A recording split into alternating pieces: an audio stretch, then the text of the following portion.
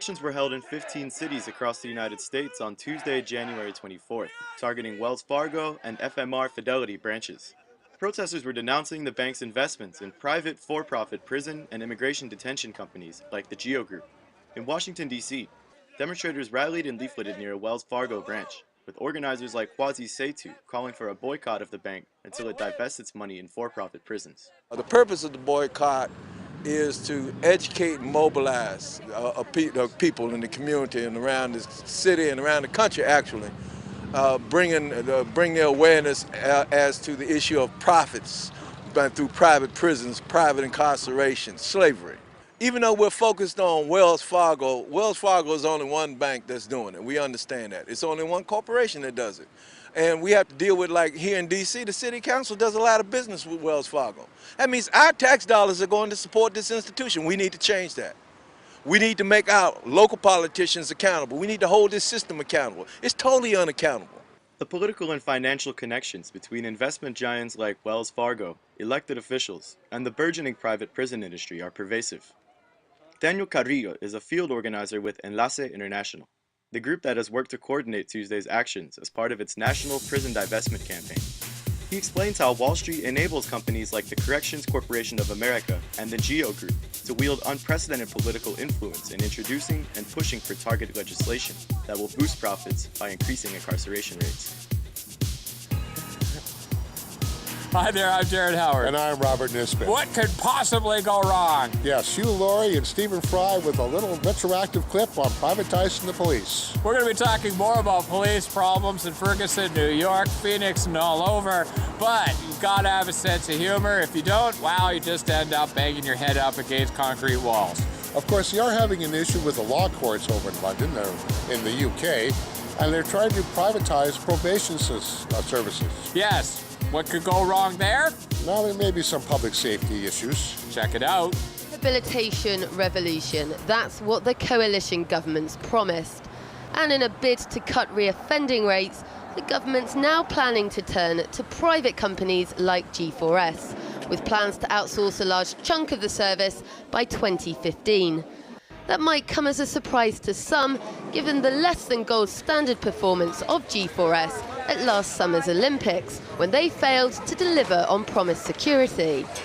And the plans have been met with fierce opposition from across the public sector, with many warning that far from a revolution, it's a disaster waiting to happen, and we're extremely concerned about Grayling's proposals, the Justice Secretary's proposals, to privatise 2/3 of the workforce, 2/3 of the workload, and put it in the hands of untrained private sector providers.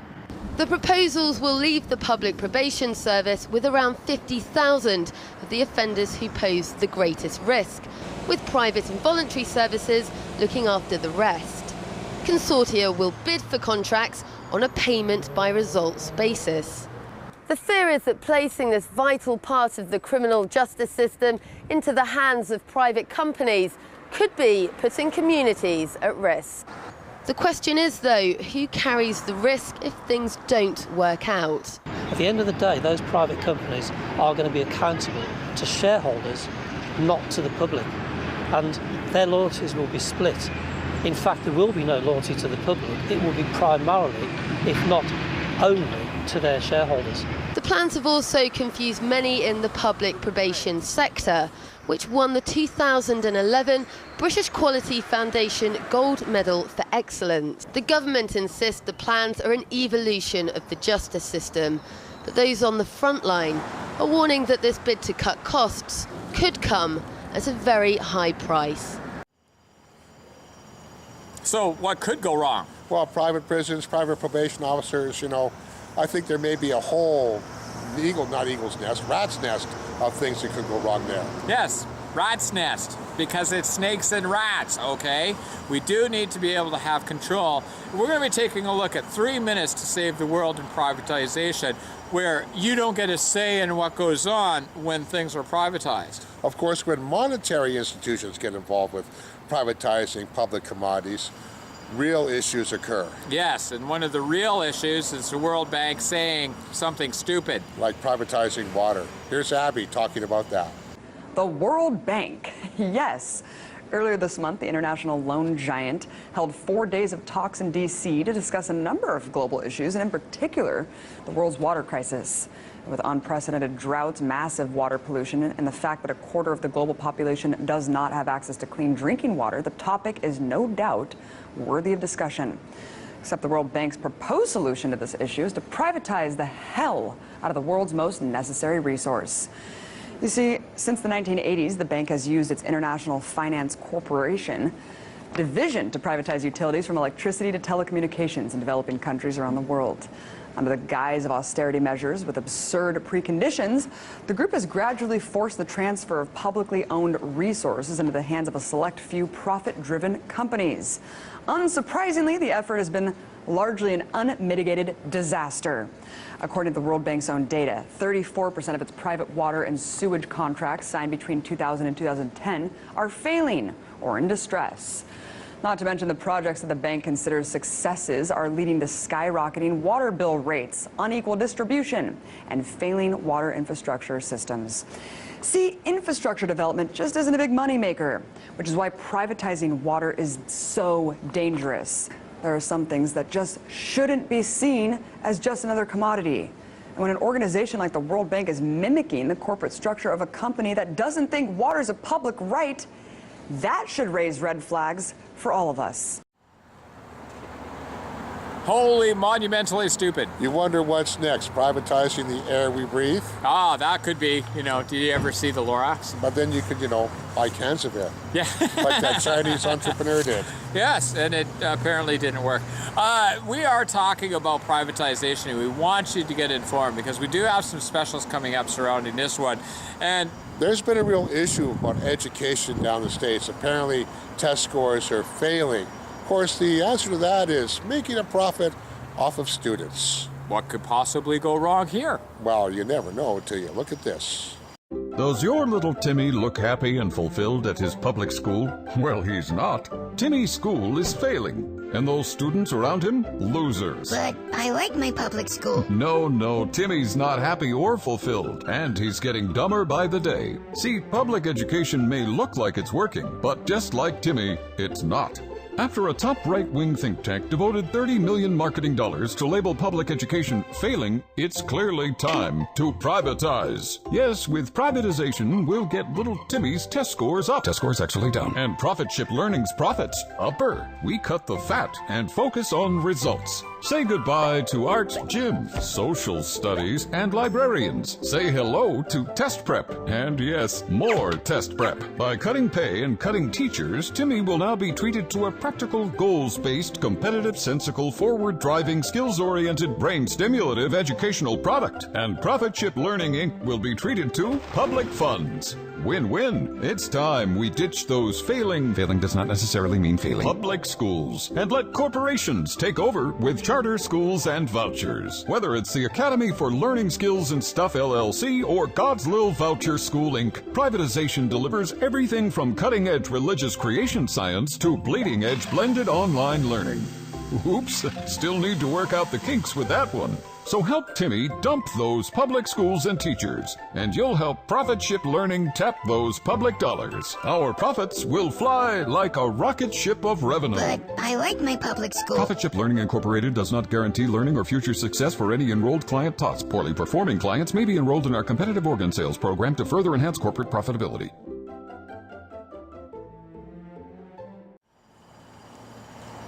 So you gotta love Mark Fiore. Oh, he really does nail it, especially when he talks about test scores are not actually going down. No, things are not improving down there. Also take a look at the education structure and the way that they teach kids. We're gonna be focusing on education coming up 2015. As the kids get ready to enter the workforce, we're going to be talking about how kids are not educated. And I do seem to remember there being an issue last year about Chicago schools and teachers going out on strike. Yes, and strikes here. The last nail in the democracy coffin is healthcare. Yeah, they're experiencing privatization of healthcare over in the UK, and even our provincial governments are looking at it here. This is a place we should not be going. Take a look at what's going on in Ontario. We are here to send a message to the Ontario government that the transfer of hospital services to community clinics is not the way to go. I work in a hospital system and I talk to patients every day, and they're concerned about not having the resources they need in order to have essential surgeries and procedures done, because they don't have someone to take care of them. They can't afford some of the extra costs that are added on to this sort of thing. And it's devastating to our public health care. And for every dollar that they're shifting out of the public hospitals into the private clinics, it means that we have less resources in the hospitals. And what that results in is that we end up with, on a cost per case basis, with a hospital system that ends up being less efficient. I know that private healthcare has touched Brampton with the P3. Our paramedics now have to wait longer than ever, waiting for rooms to be cleaned. That's something that never happened under the public system, and their contracts are absolutely obscure. They're in there for 50, however many years, and they have strange things like the hospital cleaners aren't allowed to clean bodily fluids. Well, it's a hospital. There's a lot of bodily fluids. It's just a system that doesn't work, and all it does is funnel public money into private profit. I'd like to speak to the private people in Ontario. What are our next steps? Like, let's all go back and get involved in the Ontario Health Coalition, but let's all go back and get involved in the social justice movement. Fight them on the cuts all the way along. It's time to, you know, I never thought I'd say this, but it is time for a revolution. It's stuff going on in Ontario today, it's just unconscionable. So we're doing this special to make sure you get informed about the bad effects of privatization. One of the main ones, of course, being no public input once it goes into the private hands. And of course, we're not even looking at the privatization of secret intelligence or armed forces. And of course, this is happening around the world, so we really need you to get informed on a global basis. I'm Darren Howard. And I'm Robert Nisbet. You're tuned into Video Radio on our special on privatization. Independent media for an intelligent world. Subscribe here.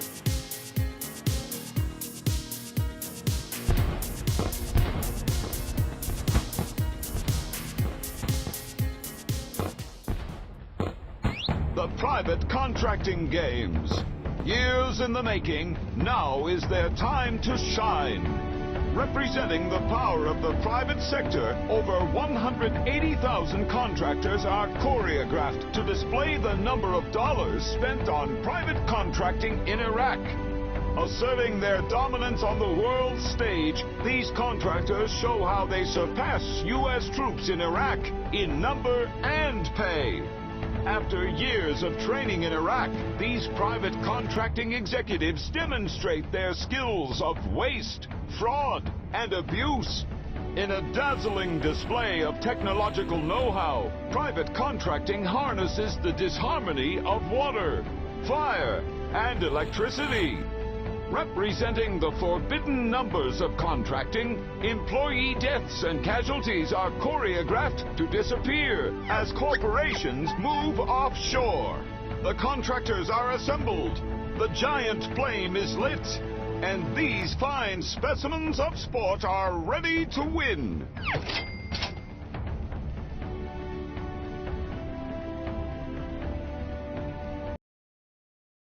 Experts say the global 1% is casting a wary eye on social instability. In fact, a recent survey by the Pew Research Center found that the wealthy are increasingly concerned about class conflict. So that there is something to be worried about, you think? Yes. Brian Yulee is part of the Occupy movement in West Palm Beach. He says a small minority in his group should make billionaires uneasy. Yeah, I'm sure that tents and picket signs are physically threatening this guy's fortified yacht. Good reporting there, CNBC. Way to gloss over actual income inequality issues by highlighting some polls showing that the rich are concerned about the less wealthy being aware of them. Yes, the super elite are spending millions of dollars on their own private armies and reinforced mansions. You know, it's fitting that these people are living like drug kingpins, master criminals, and political oligarchs surrounded by their own luxury. After all, it's hard to be a billionaire banker these days without also being a criminal.